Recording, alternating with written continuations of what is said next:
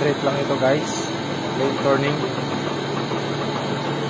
Ito yung sukat niya, 2.625 inch, ang haba 6.160. So insert yung gamit natin guys,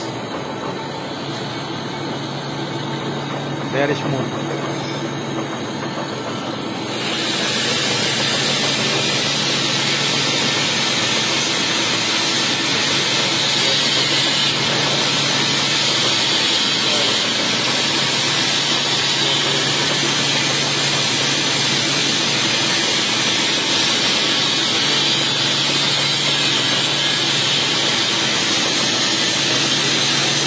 Ginitin pa natin ito yung malapor sila natin.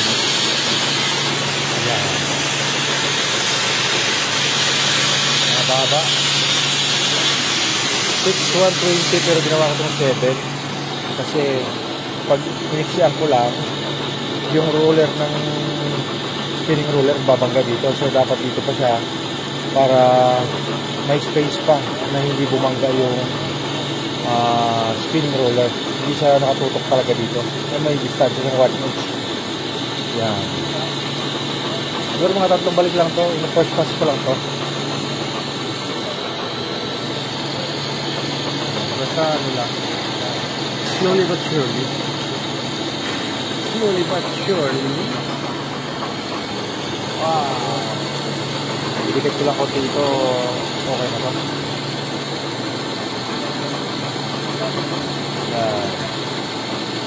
Okay guys, para hindi kayo masawa.